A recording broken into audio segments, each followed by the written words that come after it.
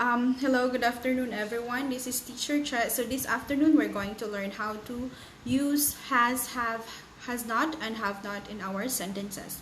So at the end of the lesson, the students will be able to identify what is the correct usage of has not, have not in their sentences. So this topic is intended for grade 5. So let's start. So we have our vocabulary. So we have obtain, has, have, got, receive, beautiful, classroom, long hair, and new car. So those are our vocabulary for this topic.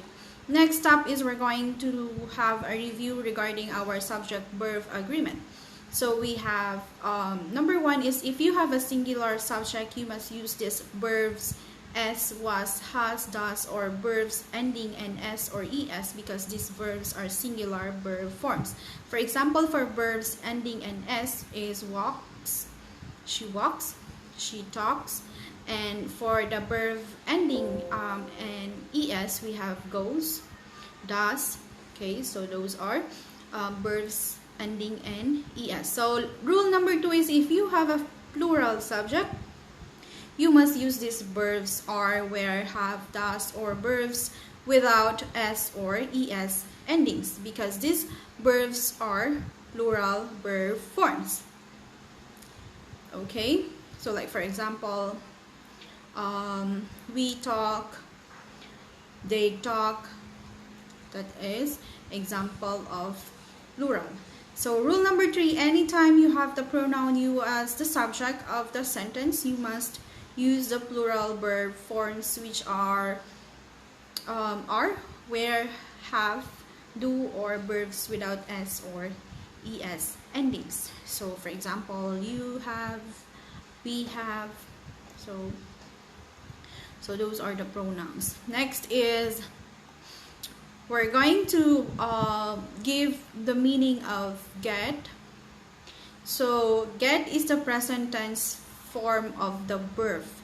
Got is the past tense form as well as one of the two alternatives for the past participle. So get is the present, and if we're going to use got, that is happened in the past, but we're going to identify what is the meaning of get. So we have obtain, buy, receive, arrive, reach, bring, have, persuade, earn, become, take. So for example, I will take this paper, I will buy a new car, I receive a good amount of cash, I arrive in the city, or I reach your hand. So those are the examples of get. Okay, next is we're going to identify how are we going to use have in the sentence. So number 1 is I have got a new car. I have got a new car. Okay, so this has happened on the past. So I have got a new car. Next is you have got a brother. You, like if you could remember the rule number 3, you is always have. You have to use have. You have got a brother. And then rule number 3, so pronoun, we have got a beautiful classroom. So we have got a beautiful classroom. So those are the sample sentences using have. So always remember that pronouns I, we, they, you, and plural subject ending with s or es use have. Okay, next is we're going to read sample sentences using has. So number 1 is she has got long hair. Yes, definitely she got a long hair. She has got a long hair. Next is Tom has got curly hair. Yes, Tom has got curly hair. Next is it has got a long tail. It has got a long tail. So you can see this is a mouse. It has got a long tail. So always remember pronoun he, she it and singular subject, always use has. Next is we're going to learn or review the present perfect negative. So this is present. This is considered as present. I have, you have, she has, and we have. And then when we say negative, it is we are referring for a no. For the answer is always no. That is negative. So we have not. So if you're going to combine have and not, so we have haven't. That's what you're going to say, the combination of have and not, because you can silent the o, so you can say haven't. So let's try. I haven't played.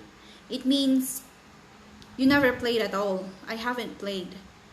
So next is she has, and then the word not. She hasn't seen.